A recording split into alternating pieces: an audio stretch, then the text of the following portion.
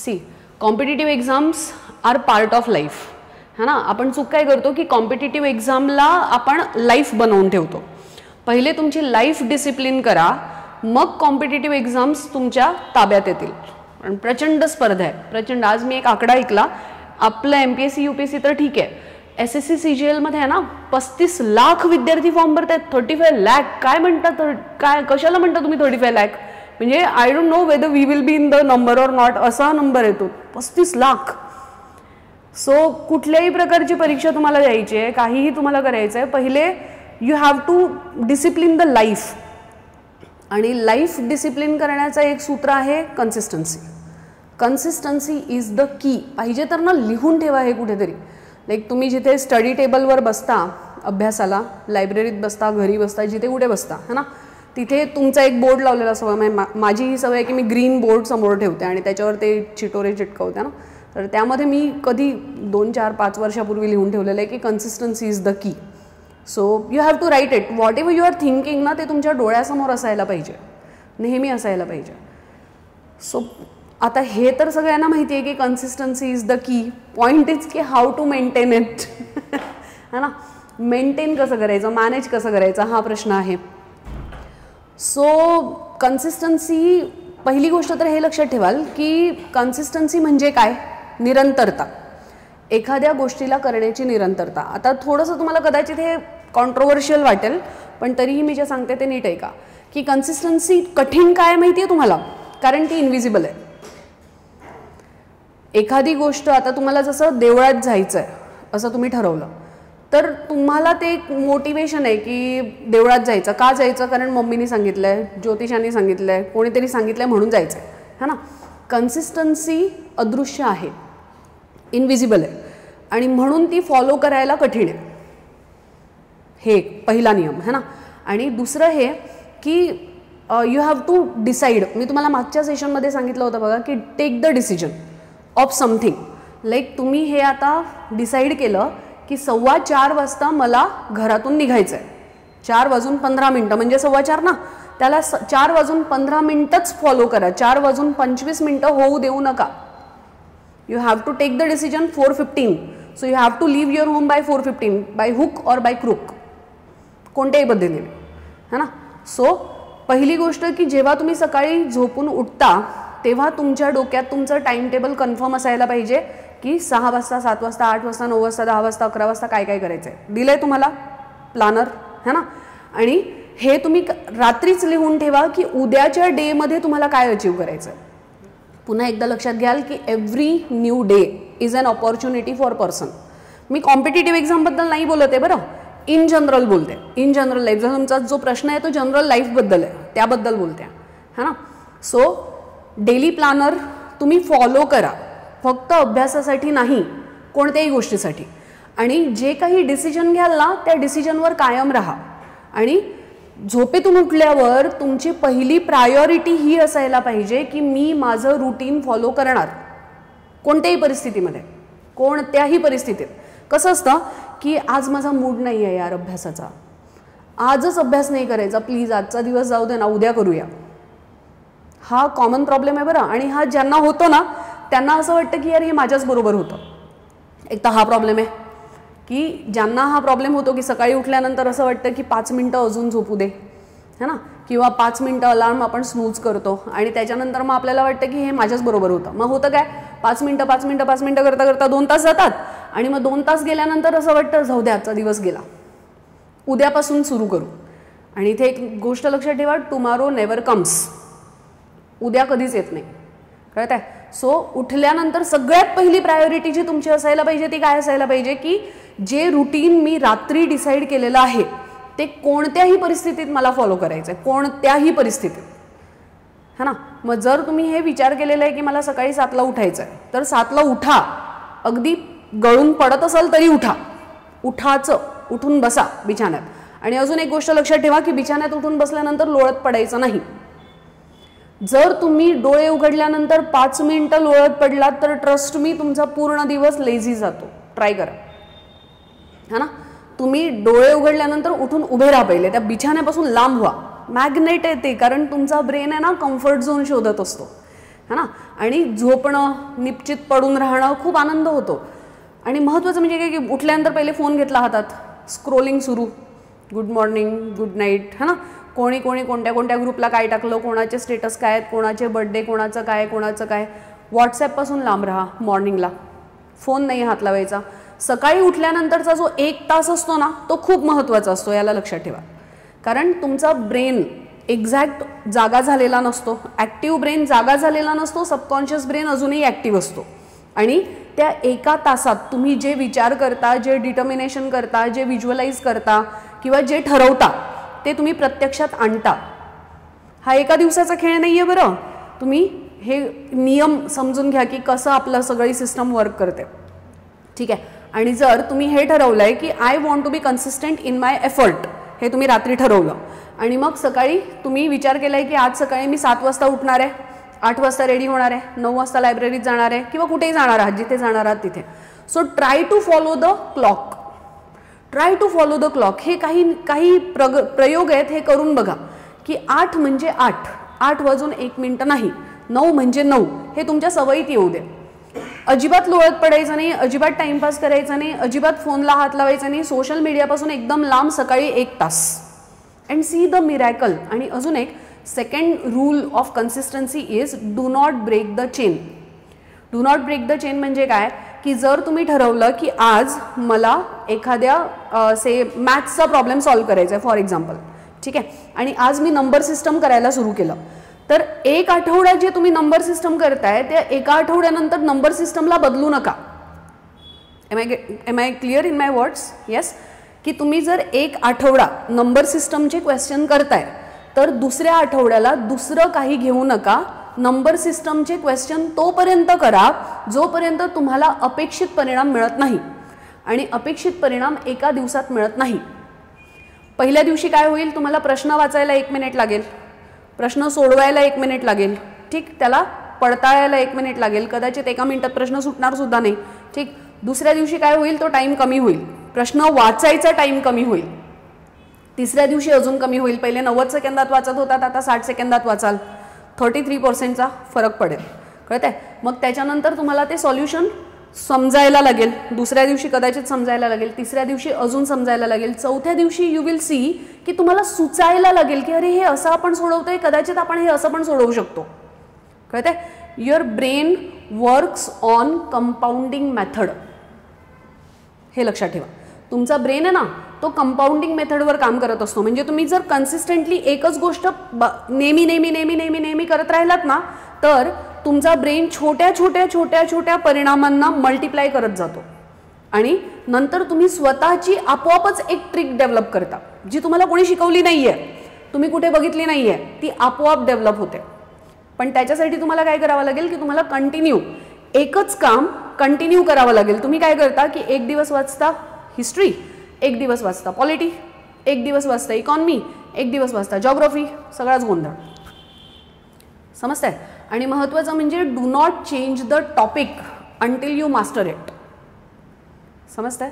हां, म्हणजे जीवनात जर तुम्हाला say if you want to become sportsman, तर तुमचं उठल्यानंतर डोळे उघडल्यानंतर पहिला विचार जो डोळ्यात यायला पाहिजे, डोक्यात यायला पाहिजे, तो हा आहे की I want to follow my routine. First thing. Anyhow, आज कोणाचा बर्थडे आहे, उद्या दसरा आहे, उद्या दिवाळी आहे, उद्या कोणाची डेथ झाली आहे, कोणाचं लग्न आहे का कोण चाललंय, काही संबंध नाही. I want to follow my routine at any cost. And if you decide to follow the routine at any cost, follow it. मग माझ्या पोटात दुखतंय, डोक्यात दुखतंय, पाय दुखतायत, मी मरतोय, मी जगतोय, फॉलो इट. फोर्स करा स्वतःला की मला हे करायचंच आहे. And then see the miracle. You decide what you want to do and implement it. आणि महत्त्वाचं म्हणजे ना बघा, एक अजून व्यवस्था ही आहे की do not take the pressure of the things. आपण काय करतो की आपण ना गोष्टींचं प्रेशर घेतो की 2024चा अटेम्प्ट, ऑब्जेक्टिव्हचा शेवटचा अटेम्प्ट आहे, मला कोणत्याही परिस्थितीत प्रिलिम्स क्लिअर करायची आहे. प्रेशर घेतलं तर दबून जाल. प्रेशरचा काय अर्थ आहे? दबणार. आणि ते प्रेशर तुम्हाला सहन नाही झालं, फुटून जाणार तुम्ही. कळतंय? याला पार्ट ऑफ लाईफ समजा, याला लाईफ नका समजू. हे नाही तर काहीतरी होईल जीवनात, एवढं मोठं जीवन आहे, काही ना काही तर आपण करूनच घेऊ, है ना. पण एक ट्राय आपण करायचा. आणि कसला ट्राय? एकदम असा लॉयल, इमानदारीचा ट्राय आपल्याला करायचा आहे. आपल्या एफर्ट्समध्ये आपण चीट करता कामा नये, कळते.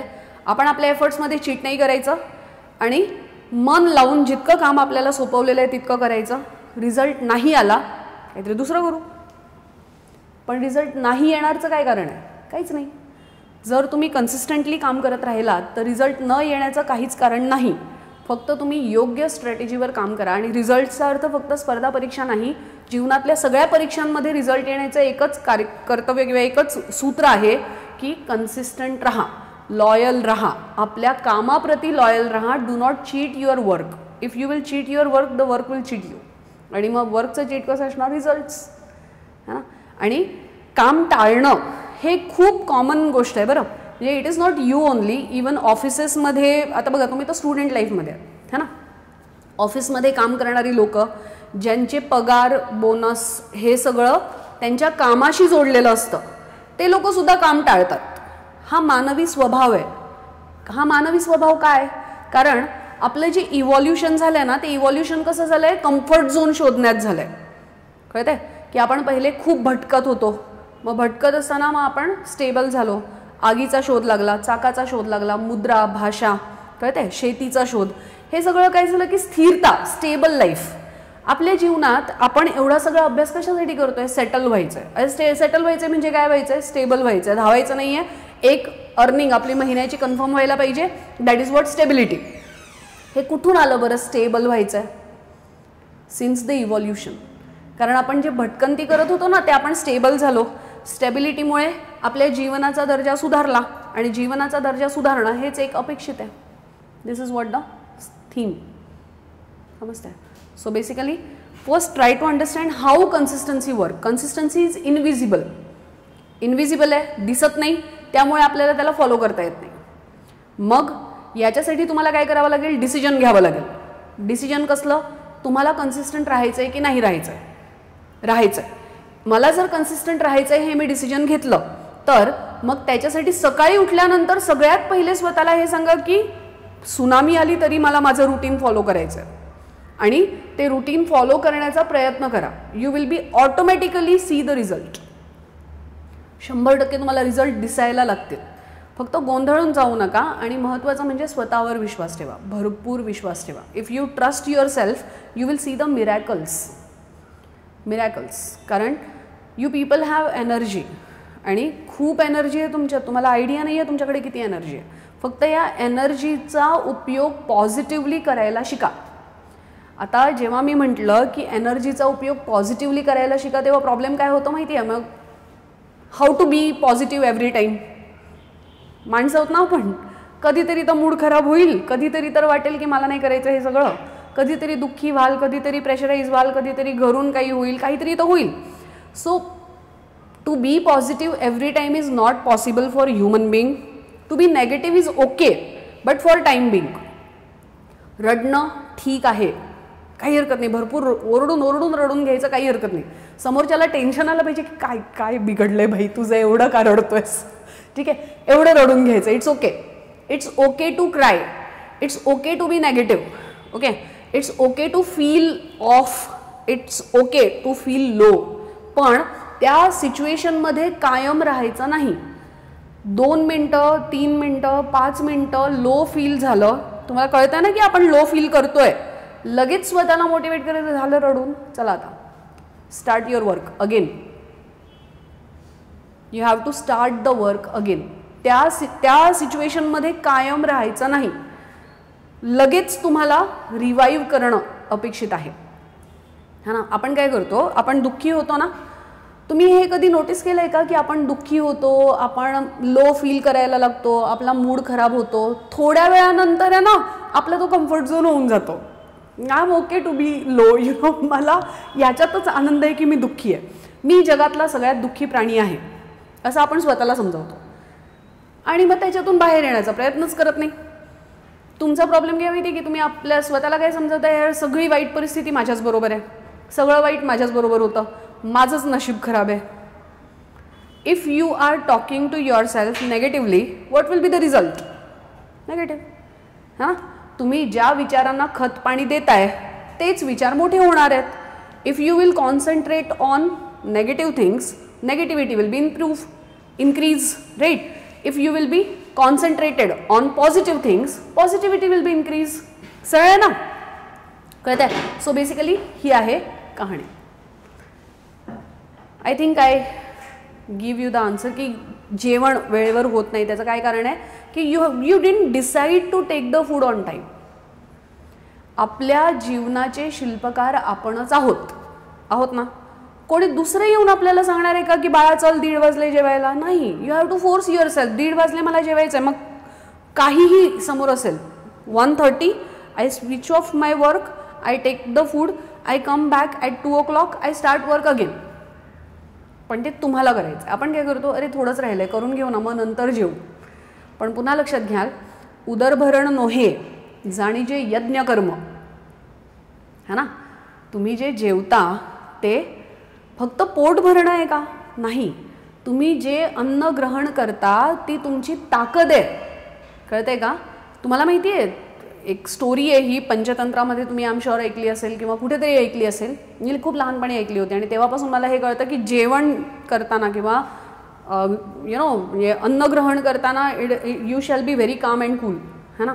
एक राजा होता आणि राजा ना वेश बदलून पहिल्या राज्यात फिरायचे की काय चाललंय आपल्या राज्यात, की आपल्याबद्दल कोण कोण काय विचार करतं वगैरे. सो पहिले सिस्टम अशी असायची की कोणी आलं की त्यांना जेवूनच आपण पाठवायचो. अतिथी देवोभवाला प्रकार होता भारतात, है ना. होता रादर आहे, राईट. सो झालं काय की तो राजा एका घरी पोचतो आणि मग त्या घरी पोचल्यानंतर तो काय करतो की म्हणतो की मी खूप उपाशी आहे, प्लीज मला काहीतरी जेवायला द्या. घर सधन असतं. सधन असल्यामुळे मग त्याला बसवतात, त्याला जेवायला वगैरे वाढतात आणि भरपूर पंचपक्वान्न चालू असतात तिथे. तर तो जेवायला बसतो. तो जेवत असताना ना खिरीची वाटी जी असते ना, खीर ज्या वाटीत असते त्याला नेहमी असं वाटतं ही वाटी पळवून न्यावी. त्याच्या मनात एकच विचार येतोय की ही वाटी चोरी करून न्यावी. त्याला कळेना, अरे मी राजा आहे, माझ्याकडे एवढी संपत्ती आहे की या वाटीचं काय मला लागून गेलंय काय माहिती, पण ते खाता खाता त्याला विचार येतोय वाटी चोरून न्यावी. मग फायनली तो याचा शोध घेतो की काय मुद्दा आहे, त्या वाटीचा काय मुद्दा आहे. सो मग तो थोडीशी एन्क्वायरी करतो, चौकशी समिती वगैरे बसते. तेव्हा हे कळतं की जे खीर ज्या आचार्यांनी बनवलेली आहे तो चोर होता. सो जो बनवतो त्याचे गुण त्या अन्नात येतात आणि जे अन्नात येतात ते तुम्ही ग्रहण करताना तुमचे सत्व बनतं, ते तुमचं सत्व बनतं. लक्षात घ्या. सो माझं असं म्हणणं आहे की लाईक उभं राहून जेवणं, है ना, किंवा फटाफट जेवणं. काहीतरी गाडी पकडायची असल्यासारखं फटाफट सगळं ढकललं, पाणी पण पिलं नाही, निघून गेलं, हात धुतले नाहीत, उष्टत सगळं, हे चुकीचं आहे बरं. नेगेटिव्ह एनर्जी जनरेट करता तुम्ही, सरळ डायरेक्ट नेगेटिव्ह एनर्जी जनरेट करता. जेवताना नेहमी बसून शांतपणे व्यवस्थित अन्नग्रहण करा, कारण जे काही तुम्ही घेताय त्याचीच एनर्जी तुम्हाला मिळणार आहे आणि जे तुमचं अन्न आहे त्याप्रमाणे तुमचे विचार बनणार आहेत. सो अन्न ग्रहण करताना खूप चूज करून घ्या. आय डोंट से की don't eat nonveg or don't eat whatever you are eating. माझं असं काही म्हणणं नाही, काय मन करेल ते खा. तुम्ही सगळं पचवायच्या वयात आहात, दगड खाल्ला तरी पचलं पाहिजे, एवढं वय आहे तुमचं सध्या, है ना. पण अन्न ग्रहण करण्याची जी पद्धत आहे त्याला मात्र जाणून घ्या. आपल्याकडे जेवण करण्याच्या आधी प्रार्थना केली जाते, अन्न हे पूर्ण ब्रह्म, वदनी कवल घेता नाम घ्या, हां समजतंय. सो बेसिकली अन्न पूर्ण ब्रह्म आहे, उदरभरण नोहे जाणी जे यज्ञ कर्म. हां, सो उगी फक्त 1:30 वाजता जेवायचं म्हणून जेवायचं नाही, योग्य मांडी घालून बसा. समजतंय. मोबाईल तर पहिले लांब ठेवा. ते मोबाईल, कारण चंचल you don't concentrate on whatever you are eating and you are consuming some information while eating food, है ना. तुम्ही अन्न ग्रहण करताना काहीतरी इन्फॉर्मेशन ग्रहण करताय आणि ती इन्फॉर्मेशन मे बी व्हायलेंट पण असू शकते. तुम्ही एखादी मारामारी करणारी मूवी पाहताय, मोबाईलमध्ये मूवी ऑन आहे आणि ढकलणं सुरू आहे, मग तुम्ही ती इन्फॉर्मेशन कन्झ्युम करताय. Your brain will act violently after that. समजतंय. सो हे एक महत्त्वाचं. So consistency is the key guys. Consistent राहा. आणि कन्सिस्टंट राहणं कठीण आहे. कठीण का आहे? कठीण यासाठी आहे कारण आपल्याला ते दिसत नाही. पण जर तुम्ही हे हॅबिटमध्ये आणलं ना तर trust me, punctuality, determination, persistency, है ना, discipline and organize life, these 5 things will lead you to success. Success not in competitive exams only, success in life, in any field of life. सगळ्या फील्डमध्ये तुम्ही सक्सेसफुल व्हाल. समजतं?